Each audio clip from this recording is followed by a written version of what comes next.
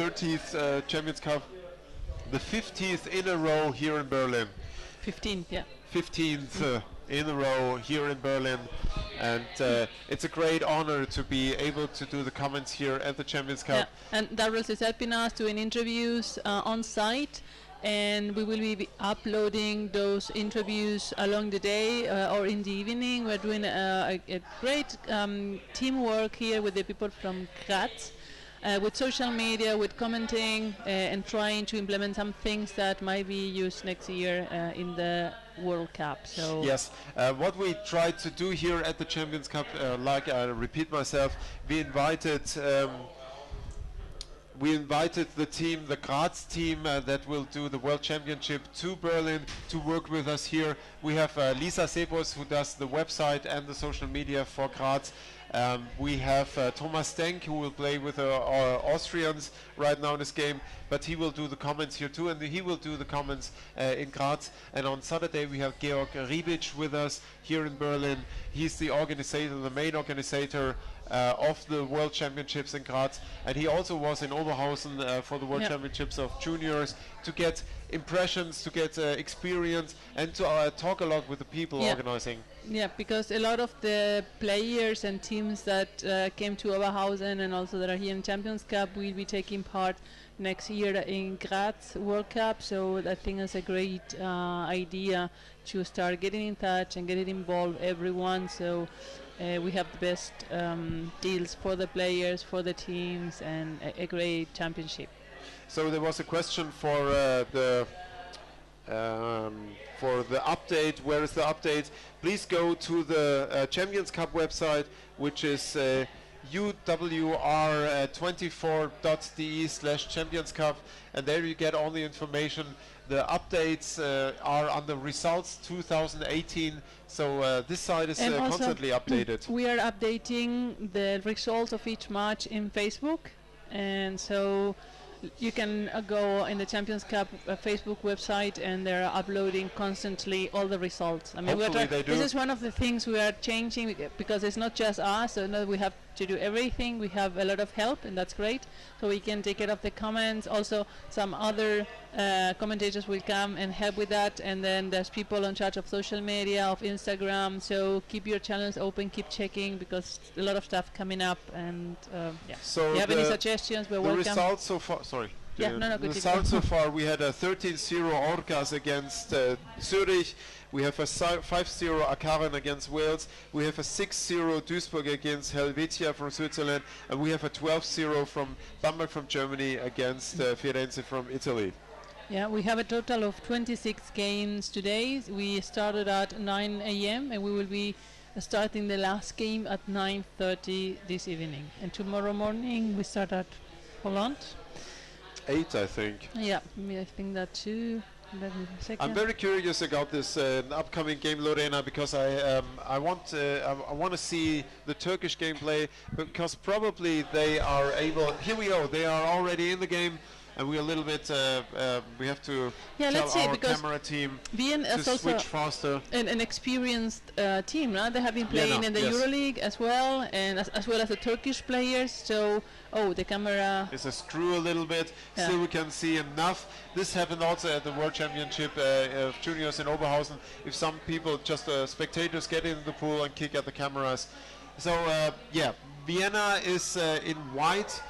And Turkey is in blue, and Turkey is attacking heavily on the Austrian basket and going in from the front with a lot of force. And Vienna is defending quite well right now, although I saw a lot of Turkish players being in the defense perimeter of Vienna. Yeah, but amazing defending work. And I mean, very constant defending from Vienna, even if got very close. Heidi of the dirt of the pool as well, we can see. Well, this is what you see right now here in the pool are the little particles that are in between the tiles. So it's not dirt, it's the isolation. That's just, it's some psychedelic effect. Yeah, it really has effect. So Turkey is, we spent almost all the time in the first half here on the Austrian side, Austria is defending quite heavily against the attacks of Turkey, but Turkey is in ball position, very good ball control, and they are probing into the Austrian defense. And here they come again, two players left and right of the basket, but the player from the close side is under heavy defense attack, and Austria does a very good job interfering with the defense pattern of the Turkish team. And the Turkish try to find this little weak spot, this sweet weak spot, and right now I don't see it, because each time a Turkish player try to wait for the ball on the Austrian side, there's an Austrian player cover him. Very well defense work here until now from Austria. And now we have two players right underneath the defender. And the one that got the ball is right underneath the goalie, and the goalie, it looks like, was a little bit with the shoulder in the basket, or the ball is next. Oh, now that he has they just lost the ball, and they're on the open side trying to recover. The Turkish players, they recovered, but it's a great effort from the Austrian team. They have been very, very good at interfering with the attack. And I guess the Turks need to keep coming and speeding up the game, because the Austrian team is really awake and fast and reacting very good and intercepting the passes. And now they're in the counter-attack. Let's see. I mean, he couldn't swim any farther. And all right. Now we have the Austrian team trying to attack and keeping that. They just passed the ball to the player underneath the goal, the number 15, and he could not achieve to score a bit. I mean, a great job from the defender of the Turkish team. And the teams now, as much as we have seen Turkey attacking in the first minutes, but Austria also does a good job attacking. Now we have two Turkish players on the Austrian basket, and this could have been a very good chance for Turkey to score, but the defenders have been there in time to keep the attack from really executing the ball, to go into and to be effective. They're both doing really a great job defending. You can tell how much they have grown, I mean, with the EuroLeague as well. And I'm trying to see if I can find a... Christian Schäfer, I don't understand what you're trying to tell us, but I'm vegetarian and not eating chicken, so no need for me to go in the city and have a chicken. But thank you for suggesting. Okay, Turkey again in ball possession and going in a little bit slower now, around safer distance around the Austrian basket. Turkish player tries to wait for the ball at the Austrian basket, but the forechecking defense of Austria is quite well in between the ball and any chance of the Turkish team to get close to the basket right now. Very well played by Austria. I couldn't say which team dominates here. I'm just reading the comments so we can... Yep.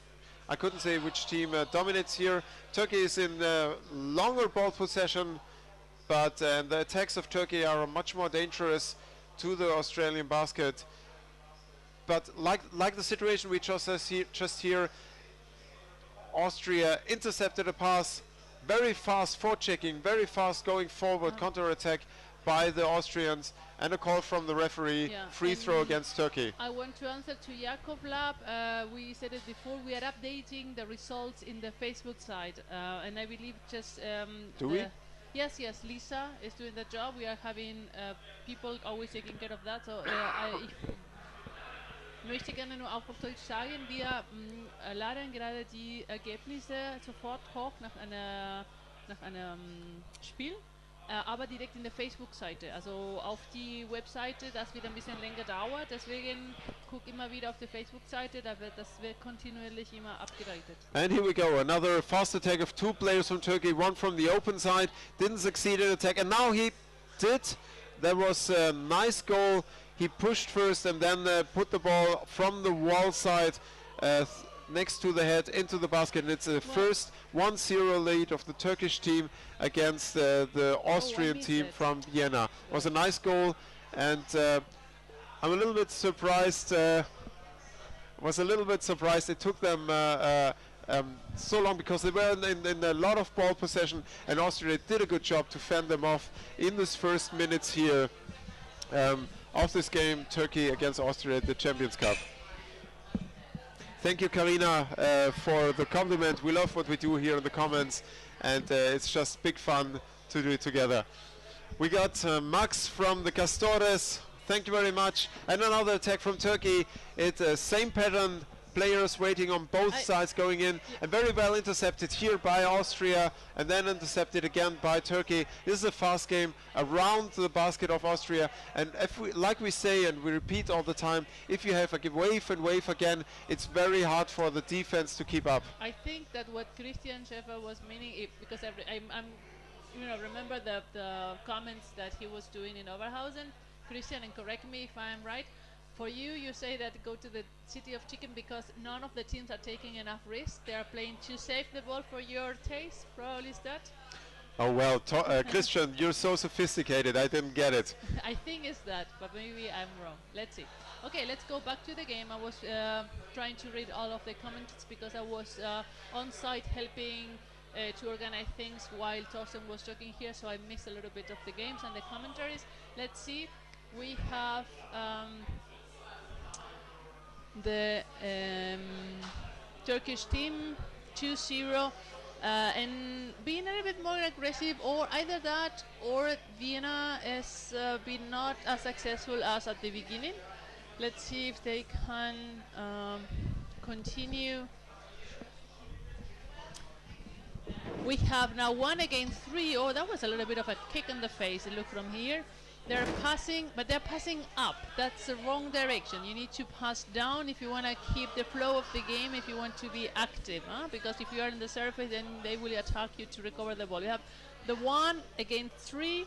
Again, trying, but that's unsuccessful. And the teammate from the Vienna is arriving a little bit too late. Now they're a bit more on track, but it's 3 players of Turkey against the Austrian. Now we have 2 against 2, and the one with the ball was under the goalie but couldn't achieve the to score.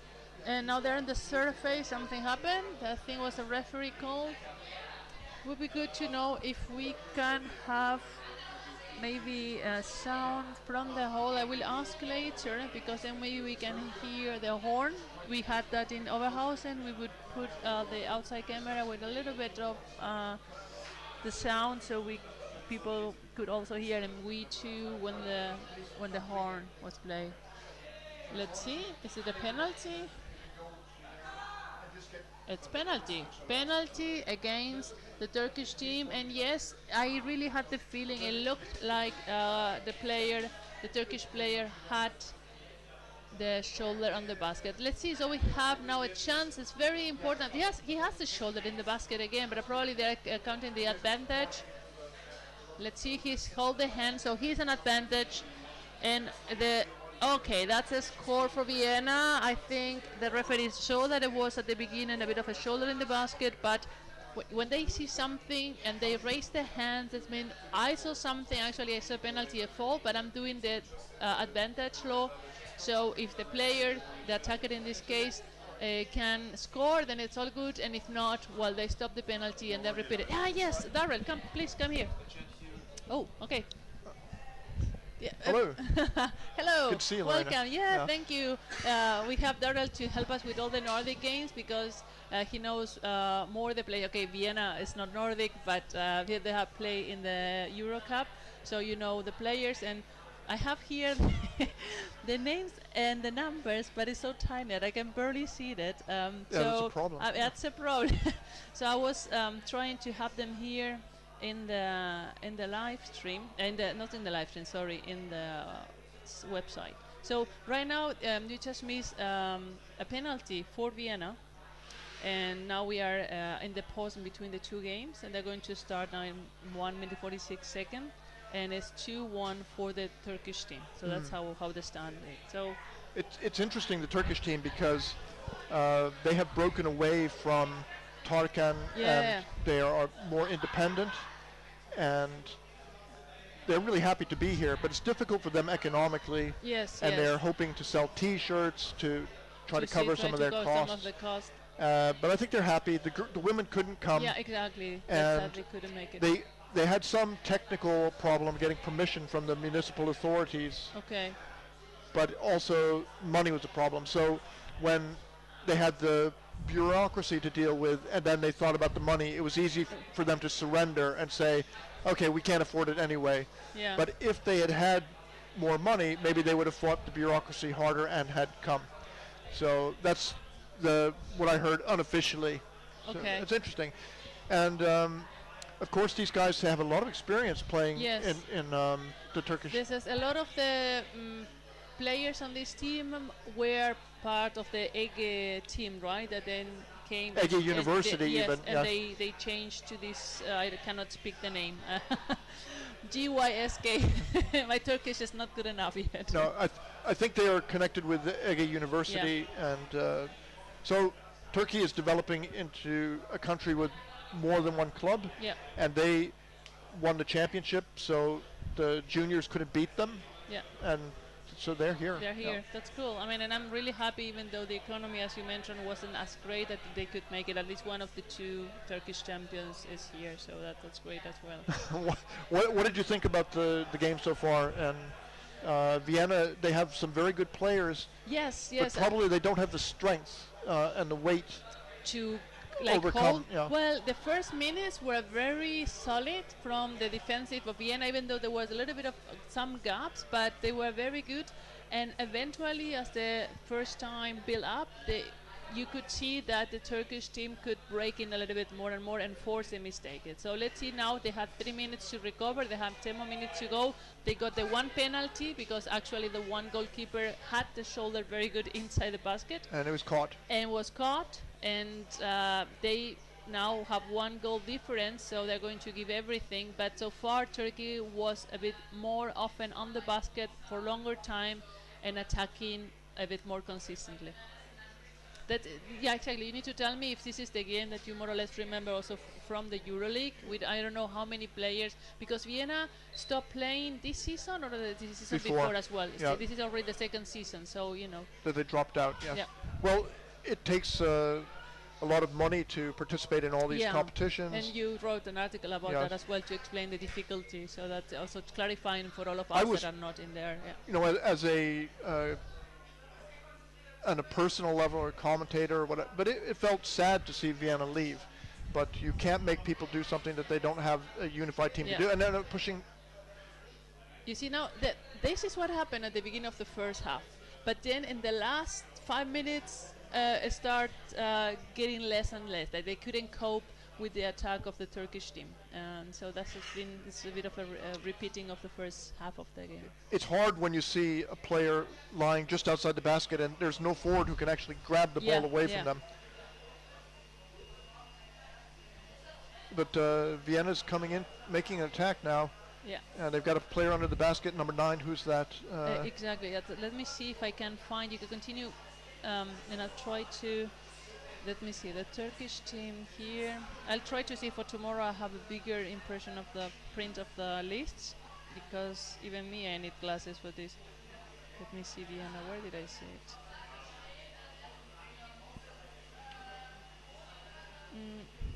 Here. They are, I mean, I don't know if you can read this, I'm sorry, this is challenging. This is Vienna team, and I'm going to take care of the Turkish team over here. Okay. Maybe, hold on. There. No, sorry, it's very tiny. It was number 9 on the. It was Ulrich. Bort. Yeah. Boris Weissenbach. Boris Weissenbach. Yeah. That's it's not ideal with the numbers here. They're trying to clear. This is really critical and difficult, but the forechecking breaks them at the mid-pool mark. Yes. And you have a lot of experience with this. It can be demoralizing for the team that's defending to lose the ball so quickly after they get it. And we have seen in Oberhausen that the Turkish juniors also had the same technique. I mean, when the team that recovered the ball was trying to leave, it was like hitting a wall. They wouldn't be able to leave 3 or 4. Oh, no, it's on the right side. pass back over. Nice. Yeah, number 15. 15. That's Thomas Denk. And Yes, Thomas Denk is a big guy, experienced. Let me see if I found. But they've lost the ball again. Yeah, it has been going. I mean, the Turkish team is very strong in the middle field, I have to say. Oh, that was a close one. Nice. We have the players trying to. That was Petr Kalsgrube, and that's no surprise. He's the captain of the Austrian national team. Okay. And he's a Good to very know. good player.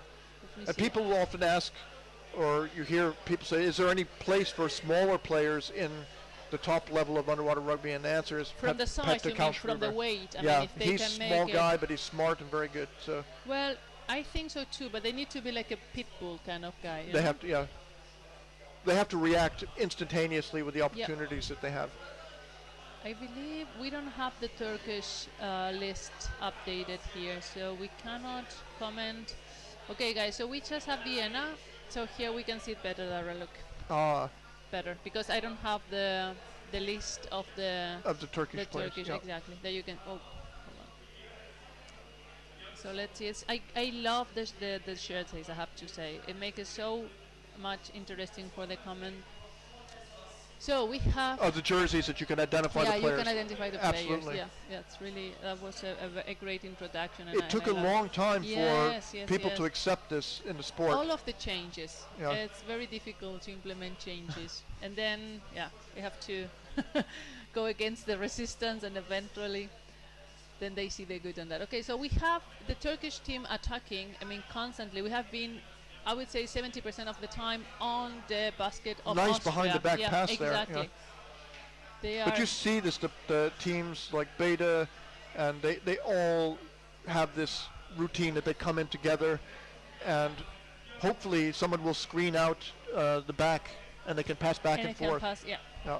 Well, this is different from the game of the Colombians, which pretty much pass it in front, but so fast and so back and forward that also is difficult for the defender to do something. But the European game is more closer and behind the back, while the Colombian is pretty much on the high altitude of the ring, and then right in front of the nose of the defender, pretty much. I don't think there's only one strategy or tactic. No, that but is it's the there's another goal. Oh, wow, yeah.